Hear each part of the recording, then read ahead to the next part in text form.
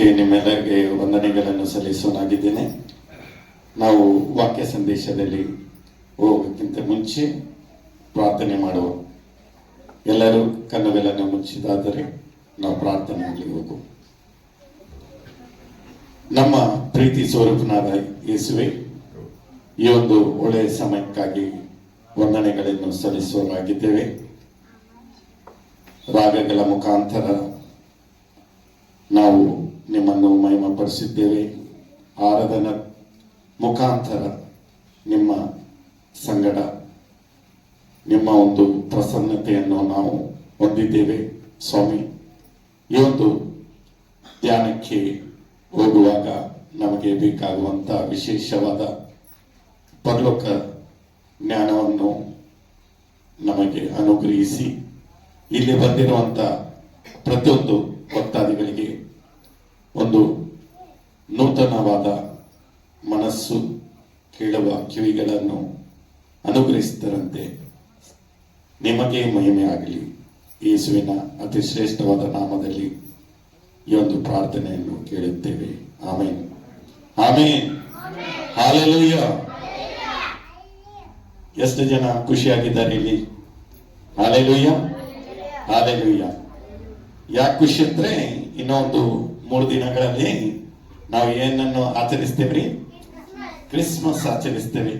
ಎಲ್ಲರೂ ನಿಮ್ಮ ನಿಮ್ಮ ಸಿದ್ಧತೆಯಲ್ಲಿ ಇರುವವರದು. ಇದಕ್ಕಂದ್ರೆ ಆ ಕಡೆ ಹೇಳ್ತಿದ್ರು, ನಾವು ಬರುವಷ್ಟರಲ್ಲಿ ಈ ಒಂದು ಆಲಯ ಆಗ್ಲಿ, ಈ ಒಂದು ರೂಮ್ ಆಗ್ಲಿ ಫುಲ್ ಇರುತ್ತೆ.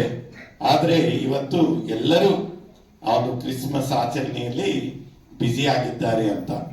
ಏನಿದ್ರೂ ದೇವರು ನಮ್ಮಿಂದ ಏನ್ ಕೊಡ್ತಾನೆ, ಏನು ಬೇಕು ಅಂದ್ರೆ ಅವ್ರೇನಂತಾರೆ, ಒಂದು ಕೇಳುವ ಒಂದು ಕಿವಿಗಳು, ಒಂದು ದೇವರಿಗಾಗಿ ಒಂದು ಮನಸ್ಸನ್ನು ಇದ್ದವರು ಇದ್ದರೆ ಅಷ್ಟೇ ಸಾಕು ಅಂತಾರೆ. ನಿಜವಾಗಲೂ ನನ್ನ ಬಾಂಧವರೇ, ಇಲ್ಲಿ ಬಂದಿರುವಂತ ಎಲ್ಲರಿಗೆ ಯೇಸು ಕರ್ತನ ಹೆಸರಿನಲ್ಲಿ ನಿಮ್ಮೆಲ್ಲರಿಗೆ ಶುಭಾಶಯಗಳನ್ನು ತಿಳಿಸೋನಾಗಿದ್ದೇನೆ. ಇವತ್ತು ಧ್ಯಾನದಲ್ಲಿ ನಾವು ವಿಮೋಚನ ಕಾಂಡ 14ನೇ ಅಧ್ಯಾಯ 13ನೇ ವಚನವನ್ನು ಧ್ಯಾನ ಮಾಡುವ. ನಿಮ್ಮೆಲ್ಲರ ಕಡೆ ಬೈಬಲ್ ಇಲ್ರಿ? ನೆಕ್ಸ್ಟ್ ಟೈಮ್ ಬರುವಾಗ ನಾ ಅಂಕಲ್ ಜೊತೆಯಲ್ಲಿ ಕನ್ನಡ ಬೈಬಲ್, ಯಾವ ಭಾಷೆಯಲ್ಲಿ ಬೈಬಲ್ ಬೇಕು ನಿಮ್ಗೆ? ಕನ್ನಡ. ಓಕೆ, ನೆಕ್ಸ್ಟ್ ಟೈಮ್ ನಿಮ್ಗೆಲ್ಲರಿಗೂ ಕನ್ನಡ ಬೈಬಲ್ ಅನ್ನು, ಹೊಸ ಒಡಂಬಡಿಕೆಯನ್ನು ವಿಸ್ತರಣೆ ಮಾಡ್ತಾರೆ. ಓಕೆ, ಇವತ್ತು ವಿಮೋಚನೆ ಕಾಂಡ 14ನೇ ಅಧ್ಯಾಯ 13ನೇ ವಚನ.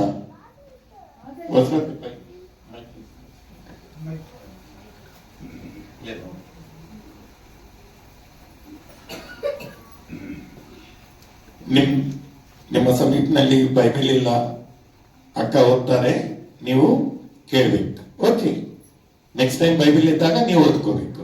ರೈಟಾ? ವಿಮೋಚನೆ ಕಾಂಡ 14ನೇ ಅಧ್ಯಾಯ 13ನೇ ವಚನವನ್ನು ನಾವು ಓದಿ ನೋಡುವ. ಆದರೆ ಮೋಶೆ ಆ ಜನರಿಗೆ ನೀವು ಅಂಜಬೇಡಿರಿ. ನೋಡ್ರಿ ನನ್ನ ಪ್ರೀತಿಯ ಬಾಂಧವರೇ, ಇಲ್ಲಿ ದೇವರು ನಮ್ಮ ಜೊತೆಯಲ್ಲಿನೂ ಏನಂತ ಇದ್ದಾರೆ ಅಂದ್ರ, ಈ ಒಂದು ಡಿಸೆಂಬರ್ ಅಂದ್ರ 12 ತಿಂಗಳ ದೇವರು ಎಷ್ಟೊಂದು ಕಾಪಾಡಿದ್ದಾರೆ ಅಲ್ಲ. ಇದಕ್ಕಂದ್ರೆ 12ನೇ ತಿಂಗಳ ಮಟ್ಟ ನಮ್ಗಿಂತ ದೊಡ್ಡವರು, ನಮ್ಮಕ್ಕಿಂತ ಒಂದು ಒಳ್ಳೆಯ ಓದವನ್ನು ಇದ್ದವರು ಈ ಒಂದು ದಿನ ನೋಡದೆ ಅವ್ರೇನ್ ಮಾಡ್ತಾ ಇದ್ದಾರೆ? ತೀರ್ಕೊಂಡಿದ್ದಾರೆ.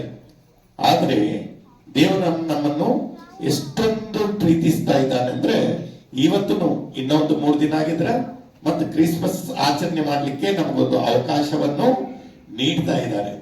ನಿಜವಾಗ್ಲು ಯಾಕೆ ನಮ್ಗೆ ಈ ಒಂದು ಧೈರ್ಯ, ಯಾಕೆ ನಿಮ್ಗೆ ಈ ಒಂದು ನಂಬಿಕೆ, ಯಾಕೆ ನಿಮ್ಗೆ ಈ ಒಂದು ವಿಶ್ವಾಸ ಅಂದ್ರೆ, ಇಲ್ಲಿ ಲೇಖನದಲ್ಲಿ ಏನಂತಾರೆ, ನೀವು ಅಂಜಬೇಡರಿ.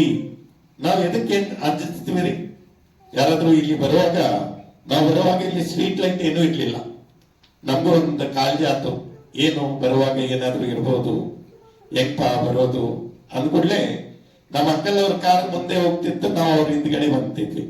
ಅದು ನಮ್ಗೆ ಅಂಜಿಕೆ ಅನ್ನೋದು ಆಗಿಲ್ಲ.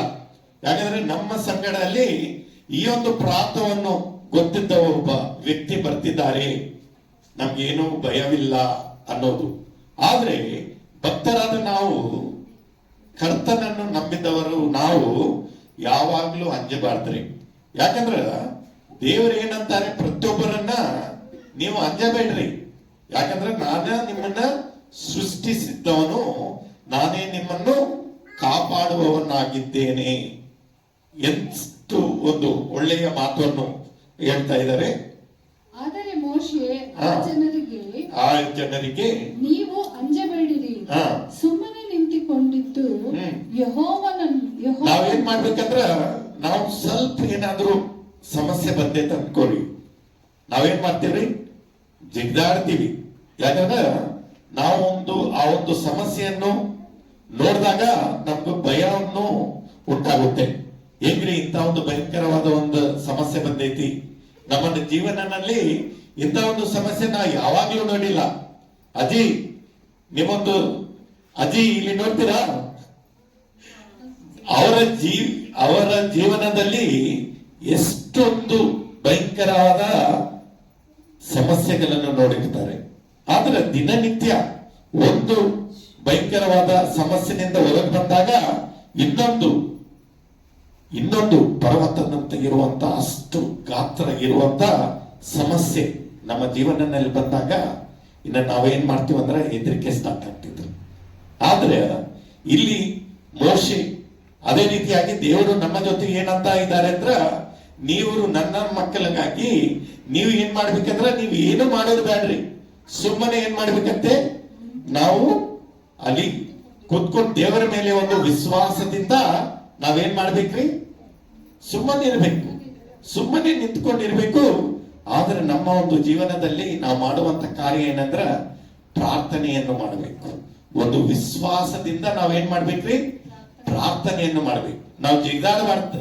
ಆ ಒಂದು ಸಮಸ್ಯೆಯನ್ನು ನೋಡ್ಕೂಡ್ಲೆ ಆ ಒಂದು ಗಾತ್ರವನ್ನು ನೋಡಿದಾಗ ಎಷ್ಟೊಂದು ದೊಡ್ಡ ಭಯಂಕರವಾದ ಒಂದು ಸಮಸ್ಯೆ ಅನ್ನೋದು ಯಾವಾಗ್ಲೂ ನಾವು ಅಂಜಬಾರ್ದ್ರಿ.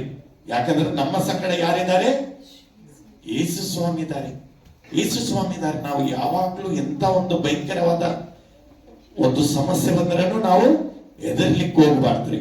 ಇಲ್ಲಿನೂ ಮೋಶೆ ಆ ಒಂದು ಇಸ್ರಾಯೇಲ್ ಜನರಿಗೆ ಏನಂತಾರೆ ಅಂದ್ರ, ನೀವು ಏನು ಮಾಡೋದು ಬೇಡ್ರಿ, ನೀವು ಅಂಜಲಿಕ್ಕೆ ಹೋಗ್ಬೇಡ್ರಿ, ನೀವೇನ್ ಮಾಡ್ರಿ, ಸುಮ್ಮನೆ ನಿಂತುಕೊಂಡು ದೇವರು ಮಾಡುವಂತ ಅದ್ಭುತ ಕಾರ್ಯಗಳನ್ನು ನೀವು ಕಣ್ಣಾರೆ ನೋಡ್ರಿ.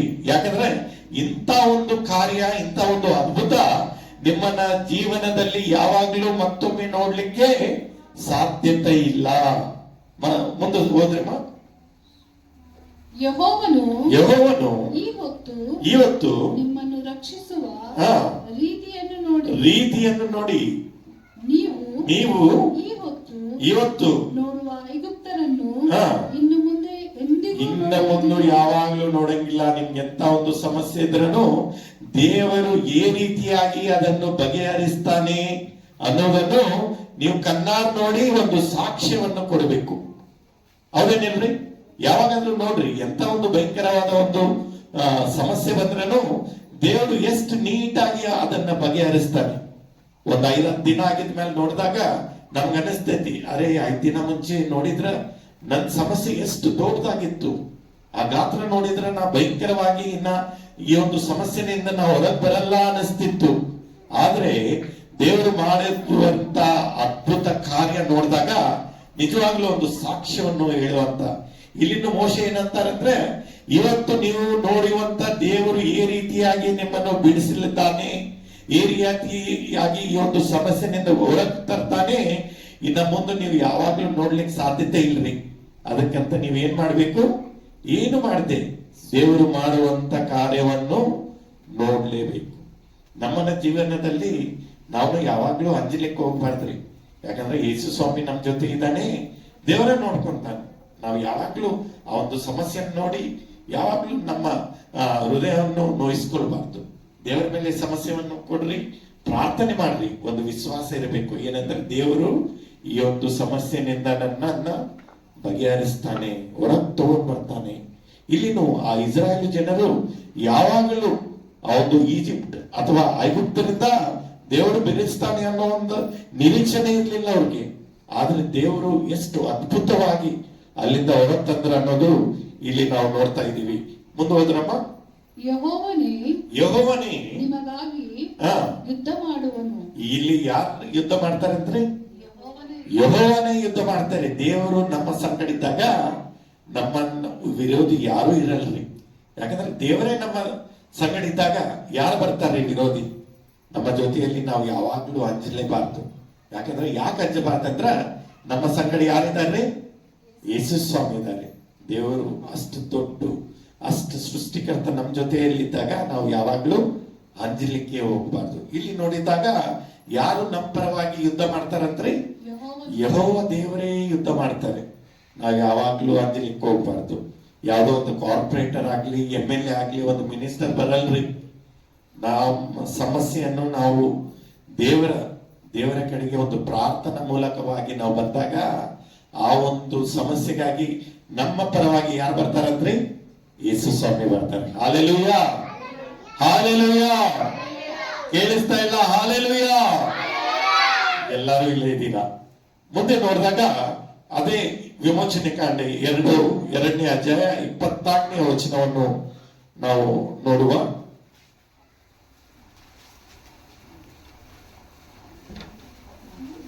ಎರಡನೇ ಅಧ್ಯಾಯ 24ನೇ ವಚನ. ದೇವರು ಅವರ ನರಳಾಟವನ್ನು ಕೇಳಿ ಹಾ ನಾನು ಅಬ್ರಹಾಮ, ಇಸಾಕ ಈಗ ನೋಡ್ರಿ, ನಾವು ನೋಡ್ಬೋದು ಯಾವಾಗಾದ್ರೂ ಅನಿಸ್ತೈತಿ, ನಾವೊಂದು ಯಾವ್ದಾದ್ರು ಒಂದು ಸಮಸ್ಯೆನಾಗಿದ್ದಾಗ ಯಾಕಪ್ಪ ದೇವ್ರ ನೋಡ್ತಾ ಇಲ್ಲ, ದೇವ್ರು ಯಾಕೆ ಕಣ್ಣು ಬಿಡ್ತಾ ಇಲ್ಲ ಅನ್ನಿಸ್ತೈತಿ. ಆದ್ರೆ ನಮ್ದು ಪ್ರತಿಯೊಂದು ಕ್ಷಣ ದೇವ್ರು ಏನ್ ಮಾಡ್ತಾ ಇರ್ತಾರೆ ಅಂದ್ರೆ ನಮ್ಮ ನರಳಂಕೆಯನ್ನು, ನಮ್ಮ ಸಮಸ್ಯೆ ಎಲ್ಲ ಯಾರು ನೋಡ್ತಾ ಇರ್ರಿ? ದೇವ್ರು ನೋಡ್ತಾ ಇರ್ತಾನೆ. ನೋಡುವ ನಮ್ಮ ಒಂದು ನನ್ನ ಮಕ್ಕಳು ಹೇಗೆ ಈ ಒಂದು ಸಮಸ್ಯೆಯಿಂದ ಹೊರಗೆ ಹೆಂಗ್ ಬರ್ತಾರೆ, ಎಷ್ಟು ವಿಶ್ವಾಸದಿಂದ ಬರ್ತಾರೆ ಅನ್ನೋದನ್ನು ದೇವರಲ್ಲಿಂದ ನೋಡ್ತಾ ಇರ್ತಾರೆ. ಆದ್ರೆ ಯಾವ